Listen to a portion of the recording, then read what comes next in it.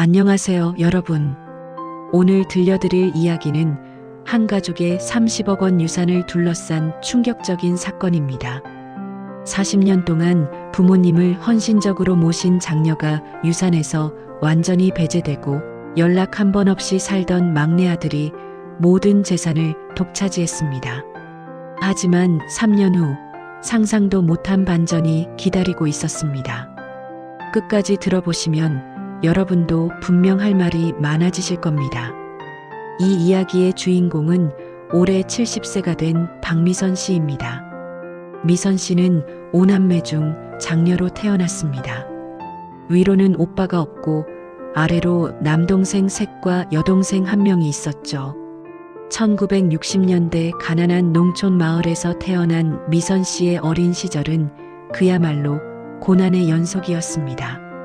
미선 씨 아버지는 작은 논밭을 일구며 가족을 먹여 살렸지만 5자녀를 키우기에는 턱없이 부족했습니다.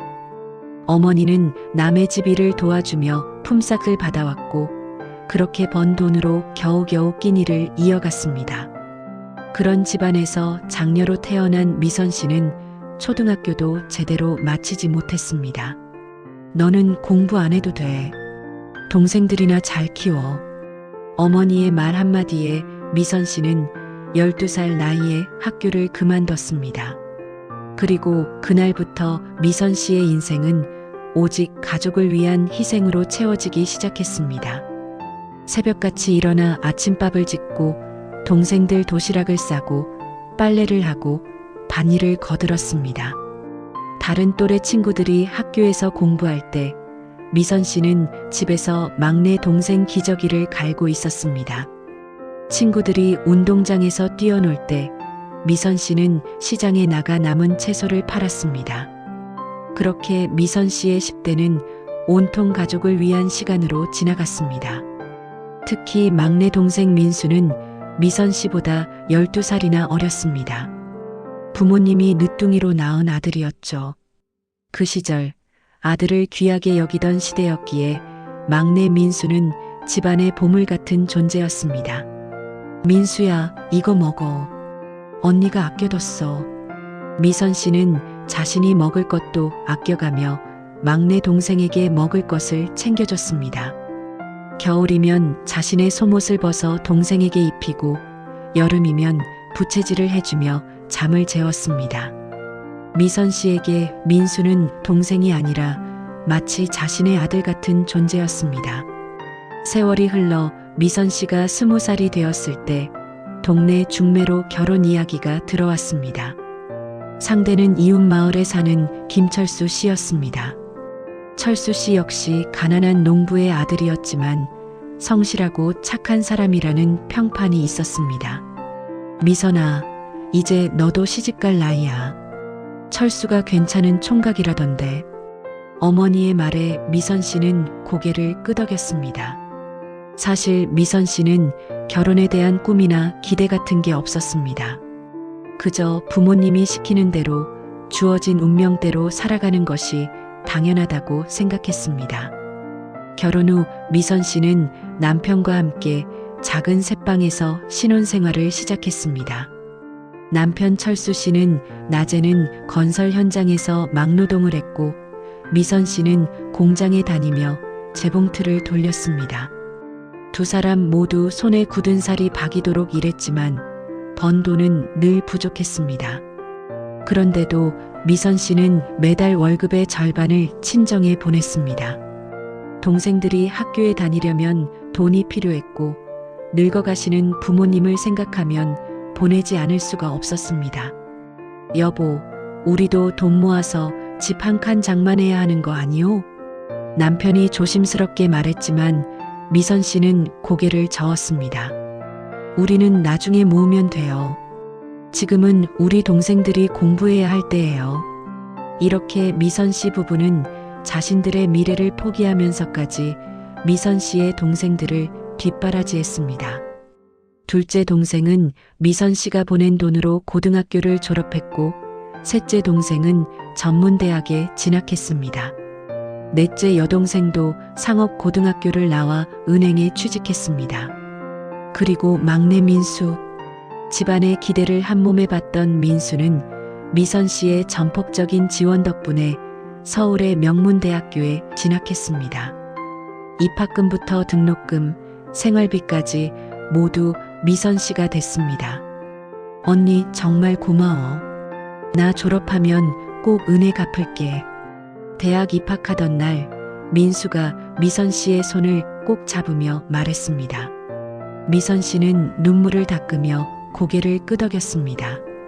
자신이 이루지 못한 꿈을 막내 동생이 이루는 것 같아 가슴이 뿌듯했습니다. 하지만 대학에 간 민수는 점점 변해갔습니다. 처음에는 한 달에 한 번씩 친정에 들렀던 민수가 나중에는 명절에도 얼굴을 보기 힘들어졌습니다. 전화를 해도 바쁘다는 말만 반복했고 돈을 보내달라고 할 때만 연락이 왔습니다. 민수가 요즘 공부하느라 바쁜가 봐. 젊은 애가 무슨 짬이 있겠어. 부모님은 늘 민수를 감싸며 말했지만 미선 씨 마음 한구석에는 서운함이 쌓여갔습니다. 그래도 미선 씨는 묵묵히 민수의 학비와 생활비를 보냈습니다. 자신의 옷을 사는 것도 아까워하면서 민수에게만큼은 부족함이 없도록 했습니다. 대학을 졸업한 민수는 대기업에 취직했습니다. 온 가족이 기뻐했고 특히 부모님은 아들 자랑에 여념이 없었습니다. 우리 막내가 대기업 다닌다니까 동네 사람들이 다 부러워하더라고. 어머니가 자랑스럽게 말했습니다. 미선 씨도 민수가 잘 되는 게 기뻤습니다. 그동안의 고생이 헛되지 않은 것 같았으니까요. 그런데 직장을 다니기 시작한 민수는 더욱 연락이 뜸해졌습니다. 1년에 한두 번 얼굴 보기도 힘들었고 전화를 해도 받지 않는 날이 많았습니다. 민수야, 언니야. 요즘 어떻게 지내니? 가끔 통화가 되면 미선 씨가 물었지만 민수의 대답은 늘 똑같았습니다. 아, 언니. 죄송해요. 요즘 회사 일이 너무 바빠서요. 나중에 연락드릴게요. 그리고 그 나중은 오지 않았습니다. 미선 씨는 섭섭했지만 동생이 사회생활 하느라 힘들 거라고 스스로를 위로했습니다. 세월이 더 흘러 미선 씨가 40살이 되었을 때 부모님께 큰 문제가 생겼습니다. 아버지가 갑자기 쓰러지신 겁니다. 병원에 실려간 아버지는 뇌졸중 진단을 받았습니다. 다행히 목숨은 건졌지만 반신마비가 와서 혼자서는 아무것도 할 수 없는 상태가 되었습니다. 이제 누가 아버지를 돌보지? 형제들이 모여 회의를 했습니다. 둘째 동생은 서울에서 사업을 하느라 바빴고 셋째 동생은 지방 공장에서 일하며 가족을 부양해야 했습니다. 넷째 여동생은 결혼해서 시댁 눈치를 봐야 하는 처지였고 막내 민수는 대기업 다니느라 시간이 없다고 했습니다. 언니가 돌보는 게 어때? 언니가 제일 가까이 살잖아. 동생들이 미선 씨를 쳐다봤습니다. 미선 씨는 잠시 망설였지만 결국 고개를 끄덕였습니다. 알았어. 내가 모실게. 그날부터 미선 씨의 더 힘든 인생이 시작되었습니다. 미선 씨는 매일 새벽 5시에 일어나 친정으로 갔습니다. 아버지의 대소변을 받아내고 식사를 도와드리고 몸을 닦아드렸습니다. 그러고 나서 집으로 돌아와 남편과 자식들 식사를 준비했고 낮에는 공장에 나가 일했습니다. 저녁이 되면 다시 친정으로 가서 아버지를 돌봤습니다. 이런 생활이 5년 동안 계속되었습니다. 미선 씨는 단 하루도 쉬지 못했습니다. 명절에도 휴일에도 아프거나 힘들어도 친정을 찾아가 부모님을 모셨습니다. 그런데 그 5년 동안 다른 형제들은 얼굴 한번 제대로 비추지 않았습니다. 특히 막내 민수는 아버지가 쓰러진 소식을 듣고도 병원에 한번 오지 않았습니다. 민수야, 아버지가 많이 편찮으시다. 한 번만 와봐라. 미선 씨가 애타게 전화했지만 민수의 대답은 냉정했습니다. 언니, 제가 지금 해외 출장 중이에요. 정말 못 가요. 하지만 미선 씨는 나중에 알게 되었습니다. 민수가 출장 중이 아니라 서울에서 멀쩡히 회사에 다니고 있었다는 것을요. 그저 오기 싫어서 거짓말을 한 것이었습니다. 아버지가 돌아가신 건 그로부터 1년 후였습니다. 6년간의 투병 생활 끝에 아버지는 결국 눈을 감으셨습니다. 장례식 날 그동안 얼굴도 비추지 않던 형제들이 모두 모였습니다. 민수도 왔습니다. 고급 양복을 차려입고 비싼 외제차를 몰고 온 민수는 완전히 다른 사람이 되어 있었습니다.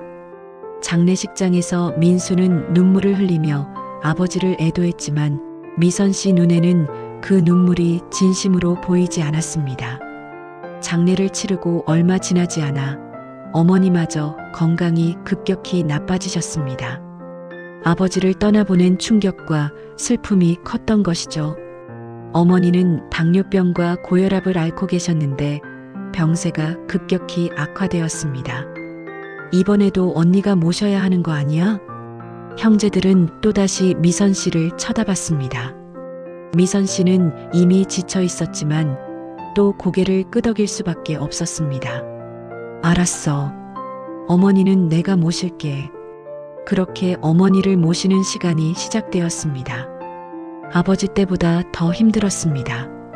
어머니는 당뇨 합병증으로 발이 썩어 들어갔고 신장 기능도 나빠져서 주 3회 투석을 받아야 했습니다. 병원비도 만만치 않았습니다. 한 달에 몇백만 원씩 들어가는 병원비를 미선 씨가 거의 다 부담했습니다. 남편과 미선 씨가 평생 모은 돈이 어머니 병원비로 빠져나갔지만 미선 씨는 한 번도 불평하지 않았습니다. 형제들한테 좀 도움받으면 안 돼? 남편이 조심스럽게 물었지만 미선 씨는 고개를 저었습니다. 동생들도 다들 형편이 어려워. 내가 할 수 있으면 해야지. 하지만 실제로 동생들의 형편이 어려운 건 아니었습니다. 둘째는 사업이 잘 되어 강남에 아파트를 샀고 셋째는 공장장으로 승진해서 안정적인 생활을 하고 있었습니다. 넷째는 남편이 의사여서 부유하게 살았고 막내 민수는 대기업 임원이 되어 수억 원대 연봉을 받고 있었습니다. 그런데도 아무도 병원비를 보태지 않았습니다. 가끔 과일이나 건강식품을 들고 병문안을 오는 게 전부였습니다. 우리 딸이 얼마나 고생이 많으냐. 어머니는 미선 씨의 손을 잡으며 눈물을 흘렸습니다.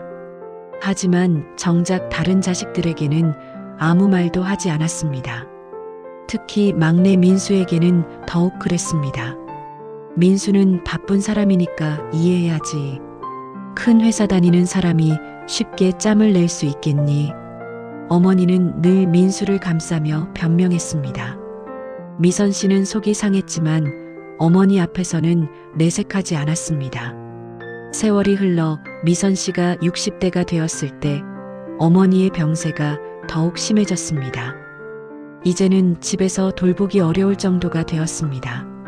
의사는 24시간 간병이 필요하다고 했습니다. 요양병원에 모시는 게 어떨까요? 의사가 조심스럽게 제안했지만 미선 씨는 고개를 저었습니다. 아니에요. 제가 집에서 모실 거예요. 미선 씨는 아예 친정집으로 들어가 어머니와 함께 살기로 했습니다. 남편과 자식들은 이해해 주었지만 미선 씨는 가족과 떨어져 지내야 하는 것이 너무 괴로웠습니다. 밤낮으로 어머니를 돌보는 일은 상상 이상으로 힘들었습니다.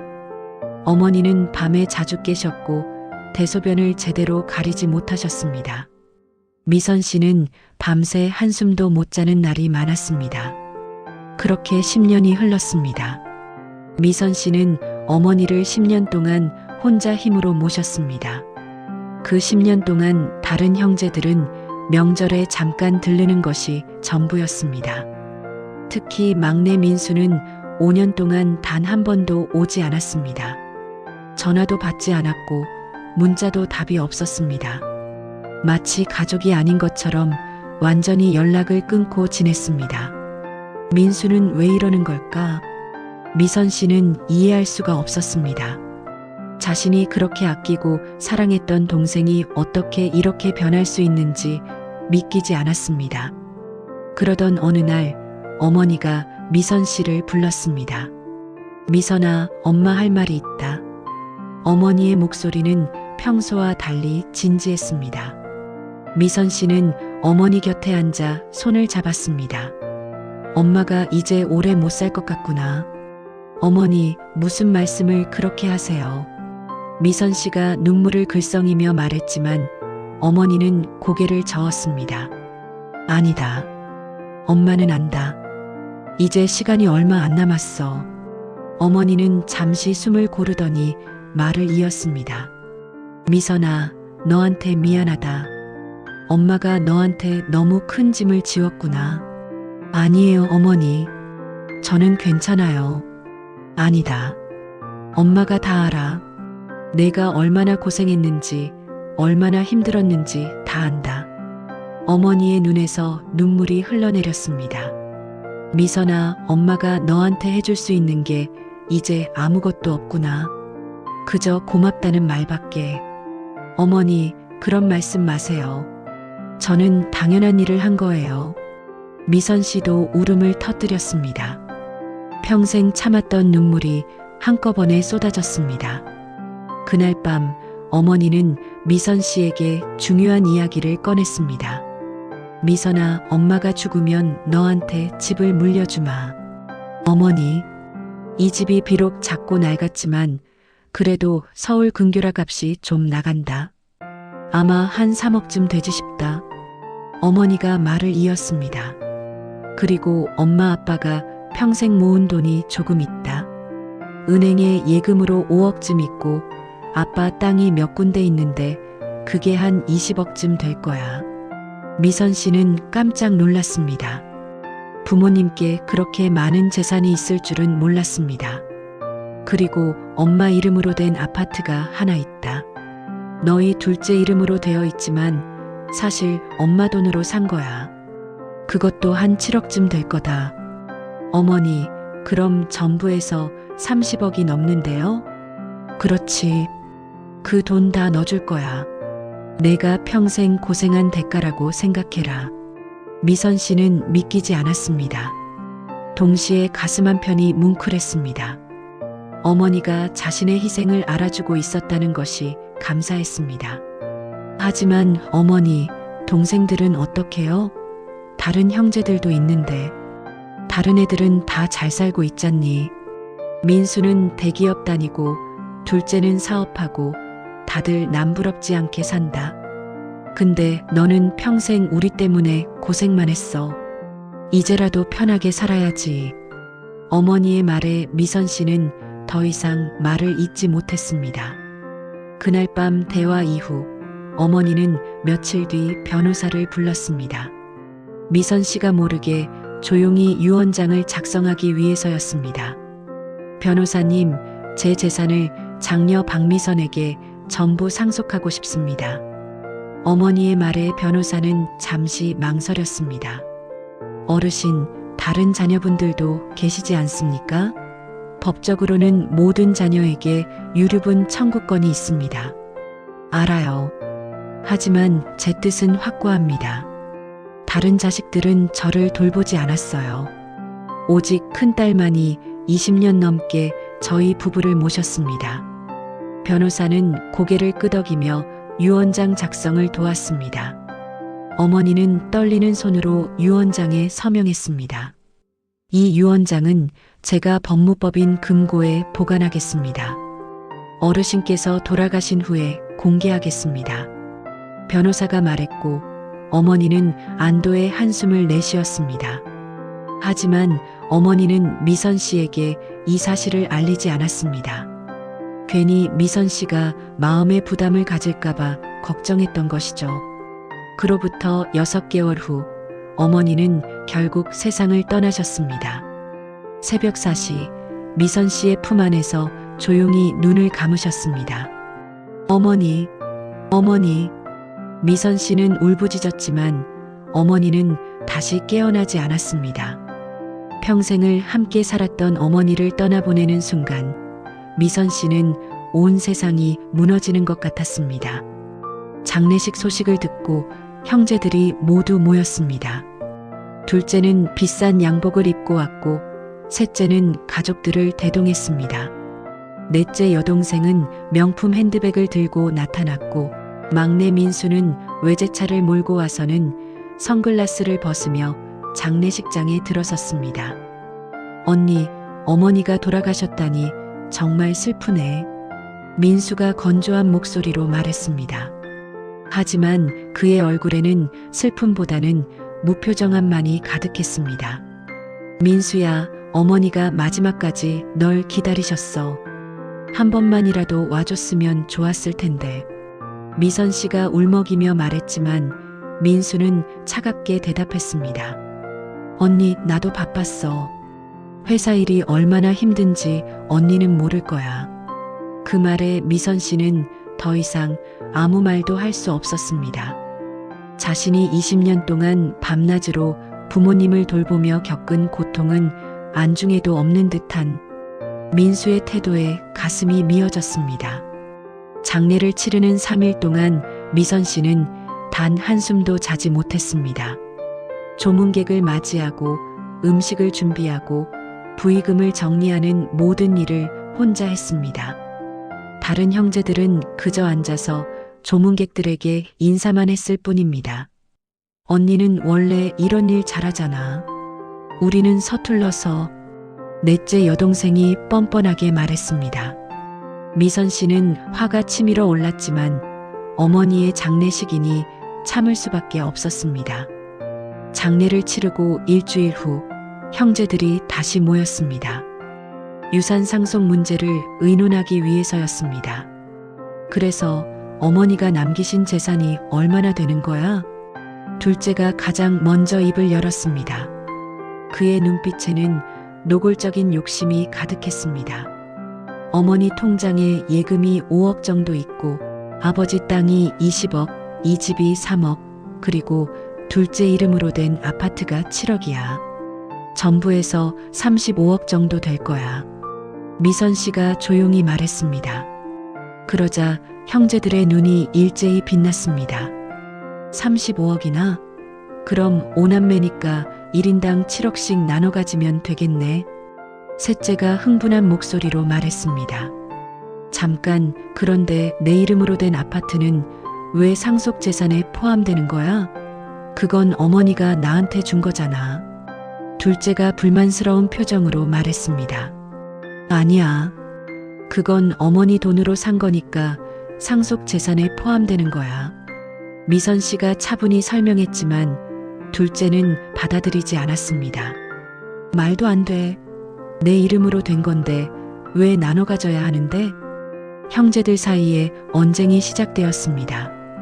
그때 막내 민수가 입을 열었습니다. 그런데 언니, 유언장 같은 건 없었어? 민수의 질문에 미선 씨는 고개를 저었습니다. 어머니께서 유언장에 대해서는 아무 말씀도 안 하셨어. 그럼 법정 상속대로 하면 되겠네.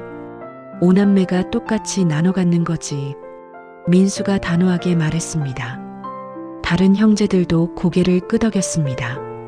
그런데 언니가 어머니 모신 건 맞지만 그렇다고 언니만 더 받을 이유는 없잖아. 우리도 다 어머니 자식인데. 넷째 여동생이 말했습니다. 미선 씨는 기가 막혔습니다. 내가 20년 동안 부모님을 혼자 모셨어. 너희는 한 번도 도와주지 않았잖아. 그건 언니가 알아서 한 거잖아. 우리더러 하라고 한 적도 없고. 둘째가 뻔뻔하게 말했습니다. 병원비도 내가 거의 다 댔어. 몇억 원을 썼는지 알아? 미선 씨가 목소리를 높였지만 셋째가 코웃음을 쳤습니다. 그건 언니가 자식으로서 당연히 할 일 아니야? 왜 그걸 가지고 유산을 더 받아야 한다고 생각하는 건데? 미선 씨는 말문이 막혔습니다. 평생 가족을 위해 희생한 자신의 삶이 이렇게 평가절하되는 것이 믿기지 않았습니다. 됐어. 법대로 하자. 5등분 하면 되잖아. 민수가 차갑게 말하며 자리에서 일어났습니다. 나는 변호사 선임할 거야. 내 목 제대로 받을 거니까. 그 말을 끝으로 민수는 장례식장을 나갔습니다. 다른 형제들도 하나둘씩 자리를 떴습니다. 미선 씨는 혼자 남아 멍하니 앉아 있었습니다. 어머니, 이럴 수가 있나요? 제가 평생 가족을 위해 산 게 이렇게 아무 의미도 없는 건가요? 미선 씨는 눈물을 흘렸습니다. 그런데 바로 그 순간 미선 씨의 전화가 울렸습니다. 낯선 번호였습니다. 여보세요? 박미선 씨 되십니까? 저는 법무법인 정의의 김 변호사입니다. 네, 접니다만.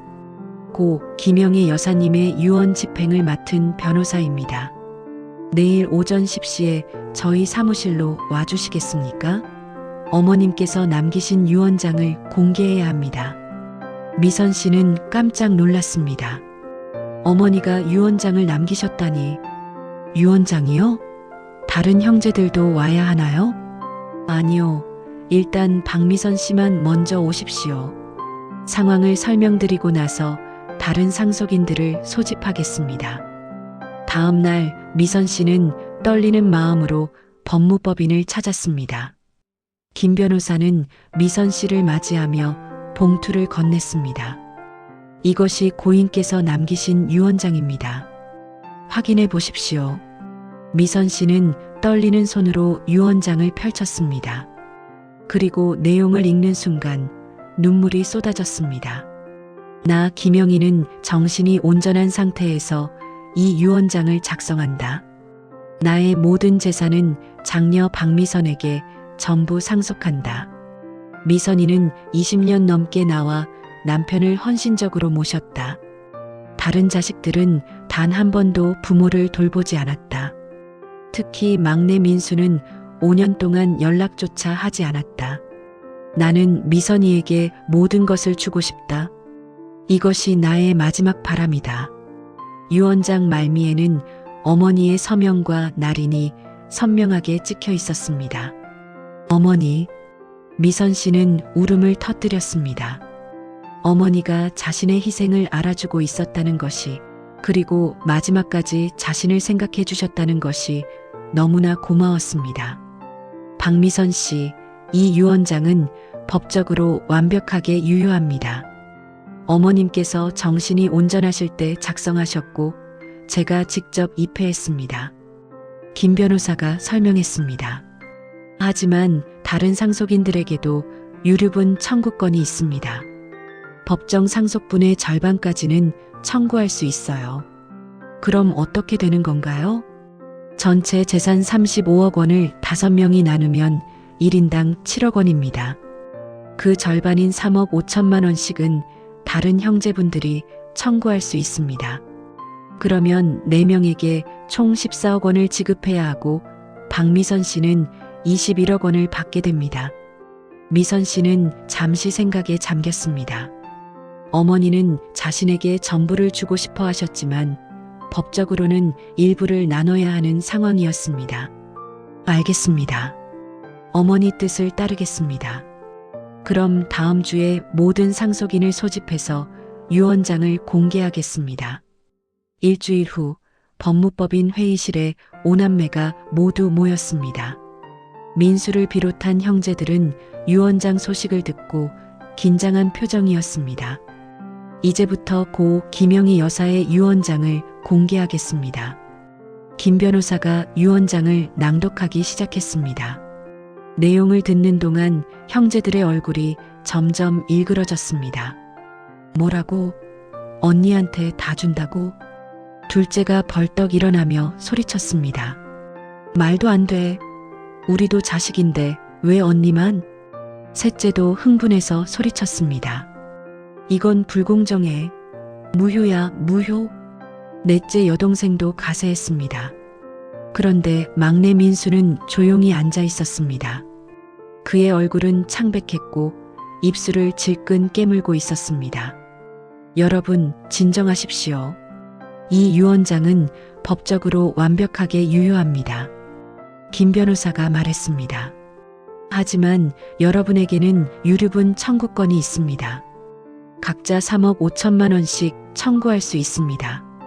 겨우 3억 5천? 우리 몫은 7억인데. 둘째가 화를 냈습니다. 법적으로는 그게 최대입니다. 유언장이 있으니까요. 형제들은 서로 눈치를 보며 속삭였습니다. 그러다가 둘째가 입을 열었습니다. 우리 유류분 청구할 거야. 당장? 나도. 셋째와 넷째도 따라서 말했습니다. 그런데 민수는 여전히 침묵하고 있었습니다. 민수야, 너는 어떻게 할 거야? 둘째가 물었지만 민수는 대답하지 않았습니다. 그저 미선 씨를 뚫어지게 쳐다볼 뿐이었습니다. 김 변호사님, 저는 청구 안 하겠습니다. 민수가 갑자기 입을 열었습니다. 모두가 깜짝 놀라 민수를 쳐다봤습니다. 민수야, 너 미쳤어? 3억 5천을 포기한다고? 둘째가 어이없다는 표정으로 물었습니다. 네, 저는 청구하지 않겠습니다. 어머니 뜻을 존중하고 싶습니다. 민수의 말에 모두가 당황했습니다. 특히 미선 씨는 믿기지 않는다는 표정이었습니다. 평소 민수의 성격을 생각하면 도저히 있을 수 없는 일이었습니다. 정말이야? 내가? 미선 씨가 의심스럽게 물었지만 민수는 고개를 끄덕였습니다. 네, 언니. 저는 그동안 효도를 못했어요. 어머니께 너무 죄송해요. 언니만 고생하게 해서 미안해요. 민수의 눈에 눈물이 고였습니다. 미선 씨는 잠시 망설이다가 민수에게 다가갔습니다. 민수야, 고마워. 내가 그렇게 생각해주니 언니가 정말 고맙다. 미선 씨는 민수를 꼭 안아주었습니다. 민수도 미선 씨를 안으며 울먹였습니다. 언니 미안해요. 정말 미안해요. 다른 형제들은 못마땅한 표정이었지만 어쩔 수 없었습니다. 결국 둘째, 셋째, 넷째만 유류분 청구를 하기로 했습니다. 한 달 후 유산 분할이 완료되었습니다. 미선 씨는 21억 원을, 다른 3명은 각각 3억 5천만 원씩을 받았습니다. 민수는 약속대로 아무것도 받지 않았습니다. 미선 씨는 드디어 마음의 평화를 찾은 것 같았습니다. 평생의 희생이 인정받은 기분이었고, 특히 막내 민수가 자신의 잘못을 뉘우친 것 같아 마음이 따뜻해졌습니다. 그런데 이것은 시작에 불과했습니다. 진짜 악몽은 6개월 후에 시작되었습니다. 어느 날 미선 씨에게 법원에서 우편물이 도착했습니다. 내용을 확인한 미선 씨는 그 자리에서 주저앉고 말았습니다. 유언장 무효 확인 소송. 막내 민수가 미선 씨를 상대로 소송을 제기한 것입니다. 소장에는 충격적인 내용이 적혀 있었습니다. 원고 민수는 피고 미선과 어머니를 협박하고 회유하여 부당하게 유언장을 작성하게 했다고 주장한다. 어머니는 당시 치매 초기 증상이 있었고 피고가 이를 악용하여 자신에게 유리한 유언장을 만들었다. 따라서 이 유언장은 무효이며 재산은 법정 상속대로 5등분되어야 한다. 미선 씨는 믿을 수가 없었습니다. 그렇게 자신에게 미안하다고 어머니 뜻을 존중하겠다고 했던 민수가 이제 와서 칼을 겨누는 것이었습니다. 더 충격적인 것은 다른 형제들도 민수 편에 섰다는 것입니다. 둘째, 셋째, 넷째 모두 민수의 소송에 공동 원고로 참여했습니다. 언니가 어머니를 조종해서 유언장을 만들었다는 터무니없는 주장이었지만 형제들은 서로 짜고 증언을 만들어냈습니다. 어머니가 말년에 기억력이 많이 떨어지셨어요. 사람도 잘 못 알아보셨고요. 셋째가 법정에서 거짓 증언을 했습니다. 언니가 어머니를 혼자 모시면서 외부인 접촉을 차단했어요. 우리가 방문하려고 해도 못 오게 했어요. 넷째도 새빨간 거짓말을 했습니다. 미선 씨는 분노와 배신감에 온몸이 떨렸습니다. 자신이 20년 동안 홀로 부모님을 모시는 동안 형제들은 한 번도 찾아오지 않았습니다. 그런데 이제 와서 접촉을 차단당했다니? 거짓말이에요. 제가 언제 동생들이 오는 걸 막았나요? 오히려 오라고 연락해도 안 온 게 당신들이잖아요. 미선 씨가 법정에서 울부짖었지만 판사는 냉정했습니다. 증거를 제시하십시오. 감정적인 호소는 소용없습니다. 미선 씨는 막막했습니다. 자신이 동생들에게 연락했던 기록을 어떻게 증명하나요? 통화 기록은 오래되어 이미 삭제되었고 문자 메시지도 남아있지 않았습니다. 더 큰 문제는 민수가 고용한 변호사였습니다. 유명한 대형 로펌 출신의 승소율 높은 변호사였고 온갖 법적 논리를 동원해 미선 씨를 궁지에 몰아넣었습니다. 피고는 어머니와 단둘이 생활하면서 외부 증인 없이 유언장을 작성했습니다. 이는 명백히 의심스러운 정황입니다. 어머니는 당뇨 합병증으로 인지 기능이 저하된 상태였습니다. 전문의 소견서가 여기 있습니다. 민수 측 변호사는 심지어 어머니를 진료했던 의사까지 매수해서 거짓 소견서를 받아냈습니다. 미선 씨는 변호사를 선임했지만 민수의 변호사에 비하면 경험도 부족하고 준비도 미흡했습니다. 무엇보다 미선 씨 자신이 증거를 제대로 준비하지 못한 것이 치명적이었습니다. 재판은 1년 넘게 이어졌습니다. 그동안 미선 씨는 엄청난 스트레스에 시달렸습니다. 밤마다 악몽을 꾸었고 식사도 제대로 하지 못했습니다. 체중이 10kg 이상 빠졌고 머리카락도 많이 빠졌습니다. 남편과 자식들은 미선 씨를 격려했지만 미선 씨의 마음은 무너져 내리고 있었습니다. 내가 평생 가족을 위해 희생한 게 이렇게 되는구나. 내가 그렇게 사랑했던 동생들이 나를 이렇게 배신하는구나. 미선 씨는 매일 울었습니다. 분노보다는 슬픔이 더 컸습니다. 자신의 인생 전체가 부정당하는 기분이었습니다. 재판이 한창이던 어느 날 미선 씨에게 한 통의 전화가 걸려왔습니다. 낯선 번호였습니다. 여보세요? 박미선 씨십니까? 저는 국세청 조사관 이정훈입니다. 네, 국세청이요? 미선 씨는 깜짝 놀랐습니다. 갑자기 국세청에서 왜 전화를 한 걸까요? 박민수 씨와 관련된 조사를 진행 중입니다. 박미선 씨께서 도와주셔야 할 부분이 있어서 연락드렸습니다. 민수와 관련된 조사요? 네, 자세한 내용은 직접 만나서 말씀드리겠습니다. 내일 오전에 시간 되시나요? 다음 날 미선 씨는 국세청 조사관을 만났습니다. 이정훈 조사관은 두툼한 서류 뭉치를 꺼내 보여주었습니다. 박민수 씨가 최근 10년간 탈세 혐의가 포착되었습니다. 금액이 상당합니다. 탈세요? 네, 대기업 임원으로 재직하면서 여러 방법으로 소득을 은닉했습니다.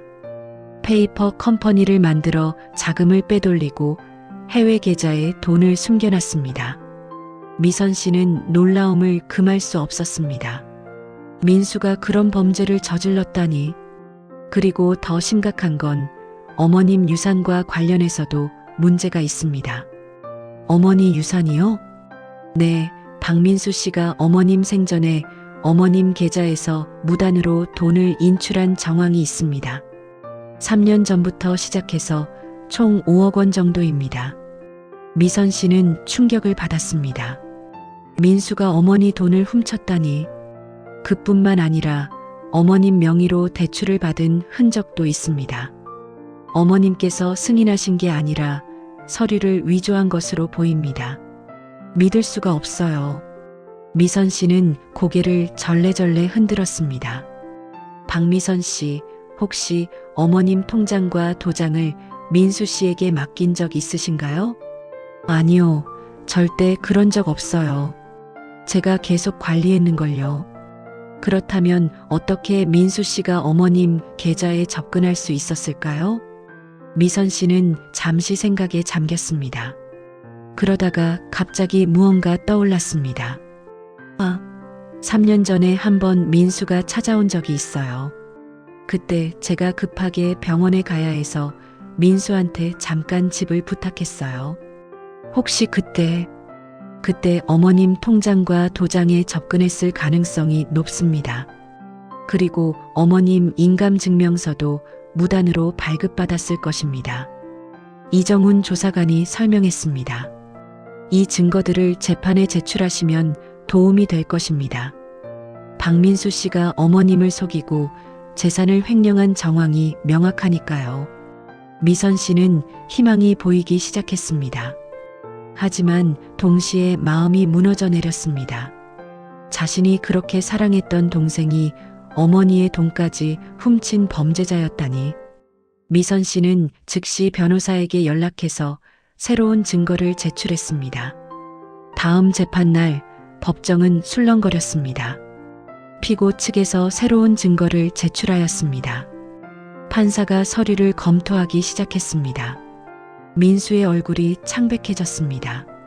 원고 박민수 씨, 이 자료에 따르면 귀하가 어머님 계좌에서 무단으로 5억 원을 인출했다고 합니다. 이에 대해 설명하시겠습니까? 판사가 날카롭게 물었습니다. 민수는 말문이 막혔습니다.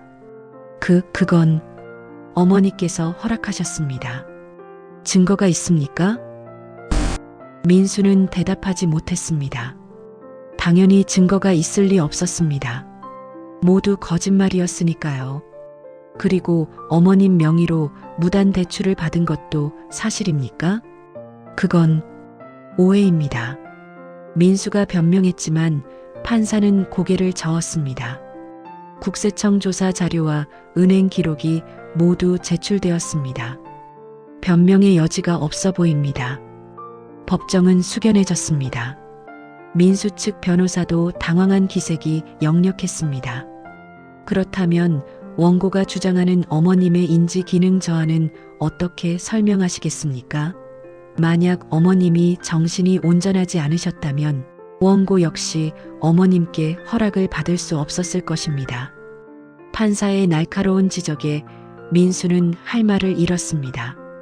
자신이 만든 거짓말의 모순이 드러난 것입니다. 재판부는 이 사건을 심각하게 보고 있습니다. 원고의 주장은 모순투성이이며 오히려 원고 본인이 어머님을 상대로 범죄를 저질렀다는 증거가 명백합니다. 판사가 엄중하게 말했습니다. 한 달 후 판결이 내려졌습니다. 주문, 원고의 청구를 기각한다. 고 김영애 여사의 유언장은 유효하며 피고 박미선은 유언장에 따라 상속받을 권리가 있다. 또한 원고 박민수는 어머님 계좌에서 무단 인출한 5억 원과 대출 원리금 2억 원, 총 7억 원을 피고에게 즉시 반환하라. 소송 비용은 원고가 부담한다. 판결문이 낭독되는 동안 민수는 고개를 떨구고 있었습니다. 다른 형제들도 충격에 빠진 표정이었습니다. 미선 씨는 눈물을 흘렸습니다. 기쁨의 눈물이 아니었습니다. 슬픔의 눈물이었습니다. 자신이 사랑했던 가족이 이렇게 무너지는 것을 보는 것이 너무나 괴로웠습니다. 판결 후 미선 씨는 법원 계단에 앉아 한참을 울었습니다. 그때 누군가 다가왔습니다. 고개를 들어보니 민수였습니다. 언니. 민수의 목소리는 떨리고 있었습니다. 하지만 미선 씨는 대답하지 않았습니다. 언니 미안해. 정말 미안해. 민수가 무릎을 꿇었습니다. 그리고 울기 시작했습니다. 나는 왜 이렇게 된 거야? 내가 왜 이렇게 욕심이 많았는지 모르겠어. 미선 씨는 민수를 내려다봤습니다. 한때는 자신의 아들처럼 아꼈던 동생, 자신의 모든 것을 희생해서 키운 동생, 그런 동생이 이렇게 무너져 있었습니다. 민수야. 미선 씨가 조용히 입을 열었습니다. 나는 내가 성공하길 바랐어. 내가 행복하길 바랐어. 그래서 내 모든 것을 너한테 줬어. 언니, 근데 너는 왜 그렇게 변했니? 언제부터 너는 돈밖에 모르는 사람이 된 거야? 민수는 대답하지 못했습니다. 그저 울기만 했습니다. 나는 내가 미웠어. 정말 미웠어. 근데 지금 이렇게 무너진 너를 보니까 그저 슬프기만 해. 미선 씨도 눈물을 흘렸습니다. 민수야, 나는 더 이상 너를 동생으로 생각하지 않을 거야. 오늘부터 너와 나는 남남이야. 언니, 제발. 그리고 7억 원 제대로 갚아. 그게 어머니한테 할 수 있는 마지막 효도야. 미선 씨는 자리에서 일어났습니다.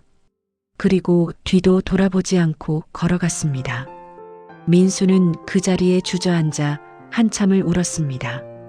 며칠 후 놀라운 소식이 전해졌습니다. 민수가 회사에서 해고당했다는 것입니다.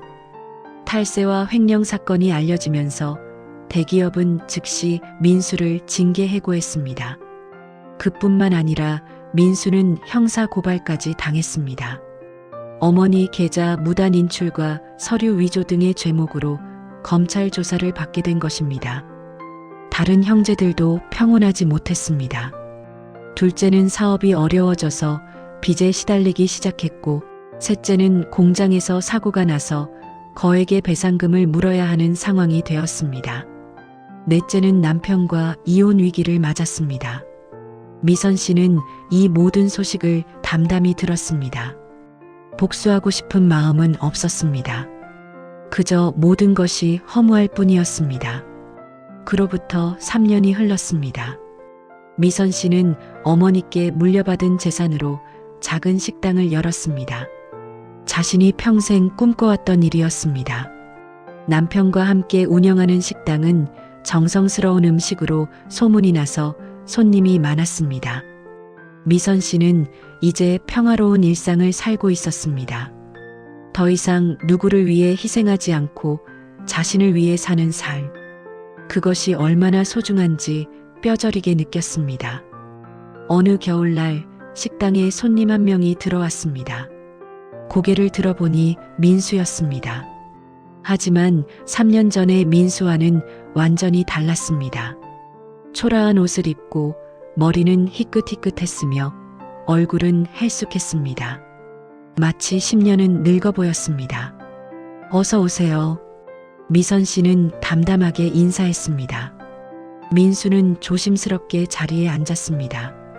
언니, 나 그동안 많이 힘들었어. 민수가 떨리는 목소리로 말했습니다. 회사에서 해고당하고 빚에 시달리고 아내도 나를 떠났어. 아이들도 나를 원망해. 미선 씨는 아무 말도 하지 않았습니다. 그저 민수를 조용히 쳐다볼 뿐이었습니다. 언니, 나는 이제야 깨달았어. 내가 얼마나 큰 잘못을 저질렀는지, 내가 무엇을 잃었는지. 민수의 눈에서 눈물이 흘러내렸습니다. 나는 돈을 쫓다가 가족을 잃었어. 가장 소중한 것을 잃었어. 그리고 이제 돈도 없고 가족도 없어. 민수는 가방에서 통장을 꺼냈습니다. 언니, 이거 7억 원이야. 3년 동안 모든 걸 팔고 대출받고 악착같이 모았어. 이제 다 갚았어. 통장을 미선 씨 앞에 놓았습니다. 미선 씨는 통장을 보고 다시 민수를 봤습니다. 언니, 나 용서받고 싶어. 다시 언니 동생이 되고 싶어. 민수가 고개를 숙였습니다. 한참 동안 침묵이 흘렀습니다. 민수야. 미선 씨가 입을 열었습니다. 용서는 쉽게 할 수 있는 게 아니야. 내가 받은 상처는 너무 깊어. 알아. 나도 알아. 하지만 미선 씨는 잠시 말을 멈췄습니다. 하지만 너를 완전히 밀어낼 수는 없더라. 너는 내 동생이니까. 민수가 고개를 들었습니다. 눈에는 희망의 빛이 어렸습니다. 완전한 용서는 아직 못해. 시간이 필요해. 하지만 조금씩 천천히 다시 시작해 볼 수는 있을 것 같아. 미선 씨가 따뜻한 국밥을 민수 앞에 놓았습니다. 일단 밥이나 먹어. 많이 힘들었을 거야. 민수는 숟가락을 들었지만 눈물 때문에 제대로 먹을 수가 없었습니다. 언니, 고마워. 정말 고마워. 그날 이후 민수는 가끔 식당에 찾아왔습니다. 처음에는 손님으로, 나중에는 설거지를 돕는 사람으로 그렇게 조금씩 관계가 회복되어 갔습니다. 완전한 용서는 아니었습니다. 하지만 그것으로 충분했습니다. 미선 씨는 더 이상 과거에 매달리지 않기로 했습니다. 미래를 보기로 했습니다. 그리고 깨달았습니다. 진짜 행복은 다른 사람을 위해 희생하는 데 있는 게 아니라 자기 자신을 사랑하고 존중하는 데 있다는 것을. 어머니가 남겨준 유산은 단순히 돈이 아니었습니다. 그것은 내 인생을 살아라는 마지막 선물이었습니다. 미선 씨는 이제 그 선물을 제대로 사용하고 있었습니다. 자신을 위해, 자신의 가족을 위해, 그리고 진짜 자신의 행복을 위해. 그것이 어머니가 진정으로 바랐던 것이라는 걸 미선 씨는 이제 알고 있었습니다. 그로부터 5년 후, 미선 씨의 식당은 지역에서 가장 유명한 맛집이 되었습니다.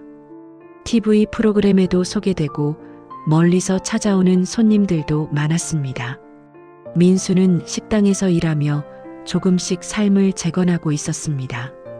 더 이상 대기업 임원도 부자도 아니었지만 그는 이제 진짜 행복이 무엇인지 알게 되었습니다. 다른 형제들도 하나둘씩 미선 씨를 찾아왔습니다. 진심 어린 사과와 함께 미선 씨는 그들을 용서했습니다. 완전하지는 않았지만 충분했습니다. 어느 날 미선 씨는 어머니 산소를 찾았습니다. 묘비 앞에 꽃을 놓고 조용히 말했습니다. 어머니, 저 이제 행복해요. 정말 행복해요. 고맙습니다. 바람이 불어왔습니다. 마치 어머니가 대답하는 것 같았습니다. 그래, 내 딸. 내가 행복하면 그것으로 됐다. 그것으로 충분하다. 미선 씨는 미소 지었습니다. 그리고 산을 내려왔습니다. 자신의 새로운 인생으로.